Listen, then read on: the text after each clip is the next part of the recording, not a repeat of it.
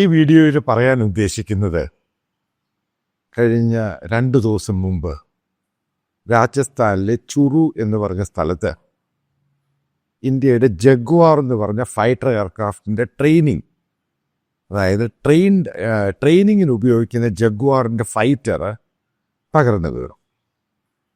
ഉറപ്പായിട്ട് നമ്മുടെയൊക്കെ അസറ്റായ 2ഓളം പൈലറ്റുകാർ അതിനകത്ത് കൊല്ലപ്പെടുകയും ചെയ്തു. ട്രെയിനിങ് സോർട്ടീസ് പോയപ്പോഴാണ് ഇതുണ്ടായത്. നമ്മൾ നോക്കുക, ഇത് വാർ ടൈം അല്ല, പീസ് ടൈമാണ്. വാർ ടൈമിൽ തകരുന്നതും പീസ് ടൈമിൽ തകരുന്നതും ഭയങ്കര വ്യത്യാസമുണ്ട്. ഇപ്പോൾ ട്രെയിനിങ്ങിലുണ്ടാകുന്നു. കഴിഞ്ഞ 5 വർഷത്തെ കണക്കെടുക്കുമ്പോൾ ഏകദേശം 4ഓളം ജഗ്വാറാണ് തകർന്നിരിക്കുന്നത്. അതിൻ്റെ അകത്ത് ഒരു പൈലറ്റ് മാത്രമേ രക്ഷപ്പെട്ടിട്ടുള്ളൂ. ബാക്കി എല്ലാവരും ഉറപ്പായിട്ടും കൊല്ലപ്പെട്ടു. So sad. അപ്പോൾ വാർ ടൈമിലല്ല, ഓപ്പറേഷൻ സിന്ധൂറിൻ്റെ സമയത്തും ഒരു എയർക്രാഫ്റ്റ് ക്രാഷായി ചണ്ഡീഗഡിനടുത്തുള്ള പഞ്ച്കുളയിൽ വീണു. അപ്പോൾ അത് നിങ്ങൾ കേട്ട് കാണും. അപ്പോൾ അതിനെപ്പറ്റി ഗവൺമെൻറ് ഓഫ് ഇന്ത്യ ഫർദറായിട്ടൊന്നും പറയുന്നില്ല. അത് ക്രാഷ് ആയതാണ്, അതായത് ടെക്നിക്കൽ സംഭവമാണ് ഉണ്ടായത്. പക്ഷെ അതിനകത്ത് പൈലറ്റ് രക്ഷപ്പെട്ടു. ഇനി നമുക്ക് ടോപ്പിക്കിലോട്ട് വരാം. ഈ ജഗ്വാർ എന്ന് പറയുന്ന എയർക്രാഫ്റ്റ്, ഫൈറ്റർ എയർക്രാഫ്റ്റ്, ബ്രിട്ടനും ഫ്രാൻസും ജോയിൻ്റ് ആയിട്ട് 2 കമ്പനികൾ ചേർന്നാണ് ഇത് തുടക്കത്തിൽ ഉണ്ടാക്കിയത്. പിന്നീട് ഡസോൾട്ട് ഏവിയേഷൻ, ഫ്രഞ്ച് കമ്പനി ഇത് വാങ്ങി. അപ്പോൾ അവരുടെ കയ്യിൽ നിന്നാണ് ഇന്ത്യ 1979 മൊറാർജി ദേശായി പ്രധാനമന്ത്രിയായിരുന്ന സമയത്താണ് ആദ്യമായിട്ട് 2 ഫ്ലൈറ്റ് എയർക്രാഫ്റ്റ് നമ്മൾ വാങ്ങുന്നത്. അത് വാങ്ങാനുണ്ടായ റീസൺ എന്ന് പറയുന്നത്, ഈ ഇന്ത്യയുടെ റഡാറിൽ പതിക്കാത്ത രീതിയിൽ ശത്രു രാജ്യമായ പാകിസ്ഥാനിൽ കയറുമ്പോൾ ലോ ഫ്ലൈ, അതായത് വലിയ ഹൈറ്റിൽ ലോ ഫ്ലൈങ്ങിൽ അന്നത്തെ ഇപ്പം വാറിൻ്റെ ഫോർമേഷനും നേച്ചറും ഒക്കെ കംപ്ലീറ്റ് മാറി. 79-ലെയും 80-ലെയും 90-ലെയും ഇപ്പോൾ 2000-ലെ 15-ലെ ഒന്നും അല്ല 2025 അത് കംപ്ലീറ്റ് ആയിട്ട് നേച്ചർ കംപ്ലീറ്റ് ആയിട്ട് അങ്ങ് മാറി. വാർഫെയർ മുഴുവനും അങ്ങ് മാറി. അപ്പോൾ അവരുടെ റഡാറിൽ കാണരുത്. അപ്പോൾ അതിനൊരു സംഭവമാണ് ലോ ഫ്ലൈങ്. അത് ഏറ്റവും താണ രീതിയിൽ ഫ്ലൈ ചെയ്തിട്ട് ബോംബ് ചെയ്യുക. അപ്പോൾ അതിനു വേണ്ടിയാണ് ഈ ജഗ്വാർ നമ്മൾ ഈ ഫ്രാൻസിൽ നിന്ന് വാങ്ങുന്നത്. മനസ്സിലാക്കുക, നമ്മുടെ ഏകദേശം 117ഓളം ജഗ്വാർ ഉണ്ടായിരുന്നു ഒരു സമയത്ത് നമുക്ക് ഫൈറ്റർ എയർക്രാഫ്റ്റ്. പക്ഷെ ഇപ്പോൾ അത് ചുരുങ്ങിയിട്ട് ഏകദേശം 4-4.5 സ്ക്വാഡ്രൺ അല്ലെങ്കിൽ 5 സ്ക്വാഡ്രൺ മാത്രമേ ഇപ്പോഴേ ഉള്ളൂ.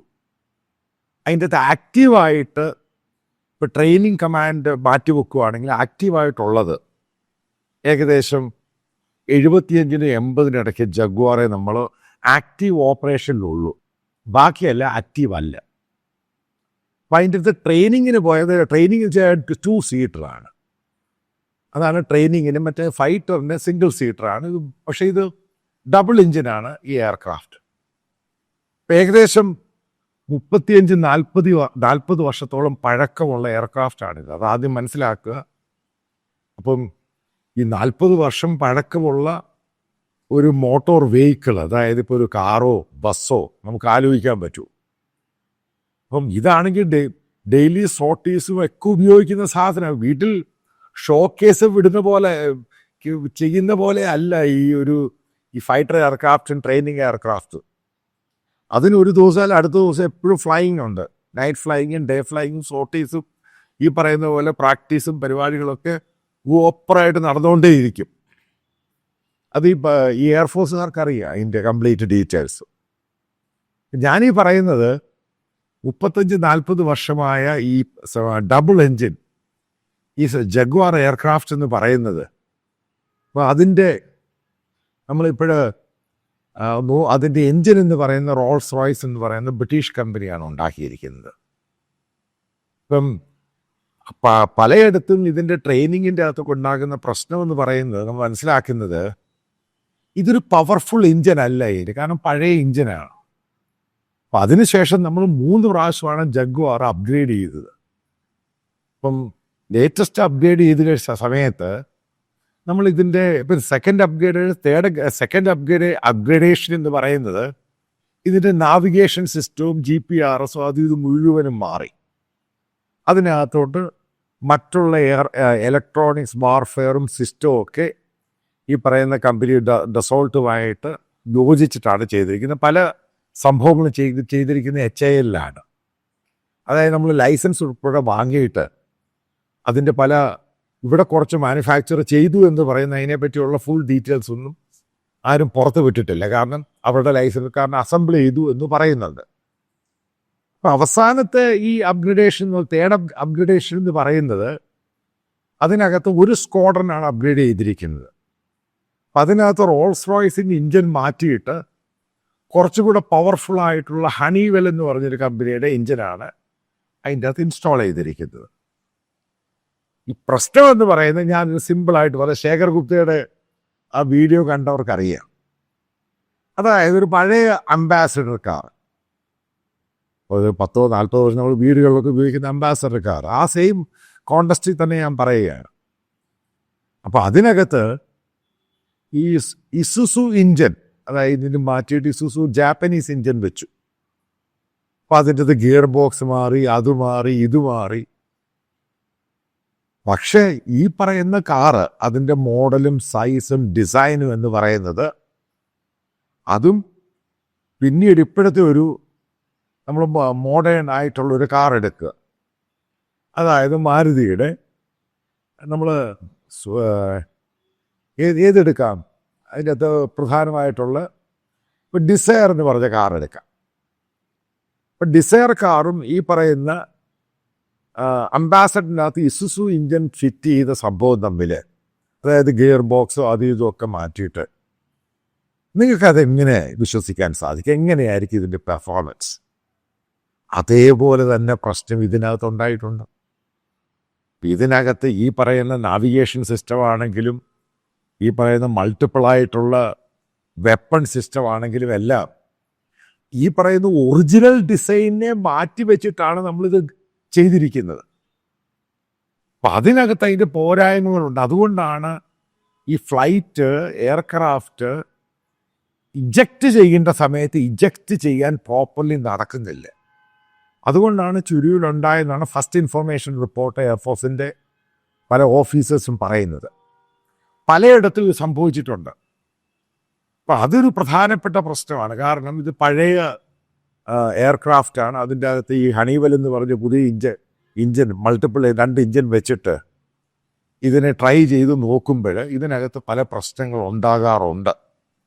അതൊരു യാഥാർത്ഥ്യം തന്നെയാണ്. കാരണം അത് പഴയ ഡിസൈനാണ്, പുതിയ സാധനങ്ങൾ. ഈ കാറുമായിട്ട് ബന്ധപ്പെട്ട ആ സംഭവങ്ങൾ നോക്കിയാൽ മതി, സിമ്പിളായിട്ട് അത് നിങ്ങൾക്ക് മനസ്സിലാക്കാൻ സാധിക്കും. അപ്പം അത് പിന്നെ അതിൻ്റെ ഒരു കോസ്റ്റ് എഫക്റ്റീവ് നോക്കി.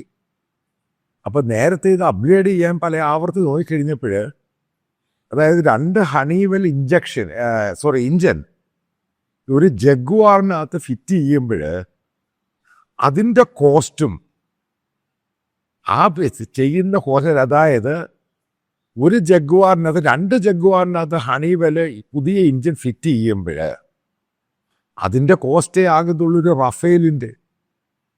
അതുകൊണ്ടാണ് ഈ പറയുന്ന എയർഫോഴ്സിൻ്റെ ഹൈ പവർ കമ്മിറ്റി അത് തീരുമാനിക്കുകയും അതിനുശേഷം ഈ അപ്ഗ്രഡേഷൻ, അതായത് ഈ ഹണിവെല്ലിൻ്റെ ഇഞ്ചൻ വെച്ചുള്ള അപ്ഗ്രഡേഷൻ നിർത്തുകയും ചെയ്തത്.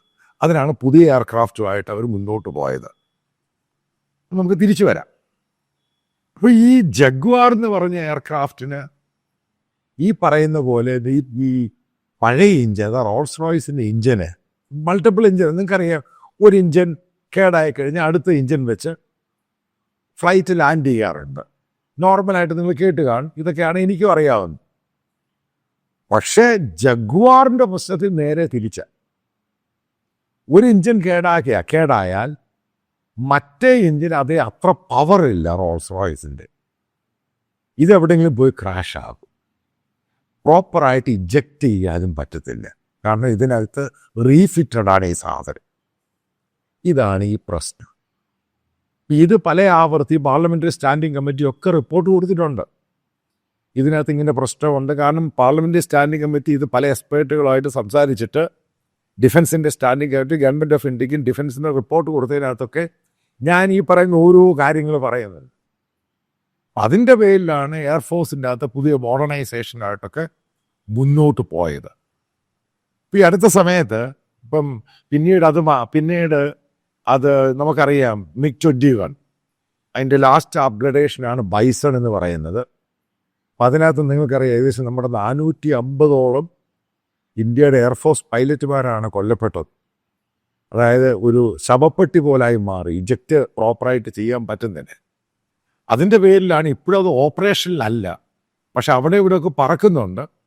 2025 ഇത് കംപ്ലീറ്റ് റിട്ടയറാം.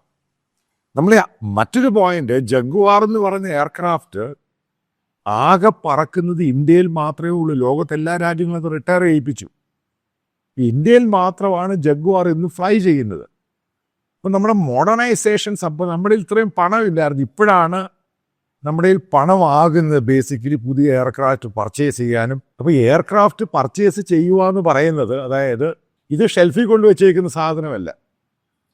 ഇപ്പം ഇന്ത്യയുടെ ഇപ്പം നിങ്ങൾക്കറിയാം, ഈ റഫേൽ എന്ന് തന്നെ സംഭവം പർച്ചേസ് ചെയ്യാൻ വേണ്ടി എത്രയോ വർഷമെടുത്ത് ട്രയൽ എടുത്ത് അവസാനം പല കമ്പനികളും വന്ന് അതിൻ്റെ അകത്ത് L1 എടുത്ത് വീണ്ടും അത് റീനെഗോഷിയേറ്റ് ചെയ്ത് വെപ്പൺസ് ഇൻ്റഗ്രേറ്റ് ചെയ്ത ശേഷമാണ്, എത്രയോ ശേഷമാണ് നമുക്ക് 36 എയർക്രാഫ്റ്റ് കിട്ടുന്നത്.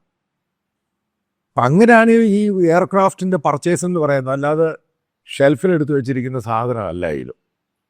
ഇതിനെ മാറ്റാൻ വേണ്ടി, അതായത് ഫേസ് ഔട്ട് ചെയ്യാൻ വേണ്ടിയാണ് ഹൈദരാബാദിൽ ടാറ്റ ഏവിയേഷൻ അഡ്വാൻസ്ഡ് ഏവിയേഷനുമായിട്ട് ചേർന്ന് ഇന്ത്യൻ കണ്ടീഷനുള്ള F-16, കാരണം അതിൻ്റെ മുഴുവനും എക്കോസിസ്റ്റം വേറെയാണ്. ഇപ്പോൾ 77 ഫ്ലൈറ്റാണ് ഇന്ത്യ ഓർഡർ ചെയ്തിരിക്കുന്നത്. 2017 ഇന്ത്യയും അമേരിക്കയുമായിട്ട് ലോക്ഹീഡ് മാർട്ടിനുമായിട്ടൊരു ധാരണയിലാകുന്നത്. അമേരിക്കയിൽ നിന്ന് സാധനം കൊണ്ടുവന്ന് ഇന്ത്യയിലത് അസംബിൾ ചെയ്യും.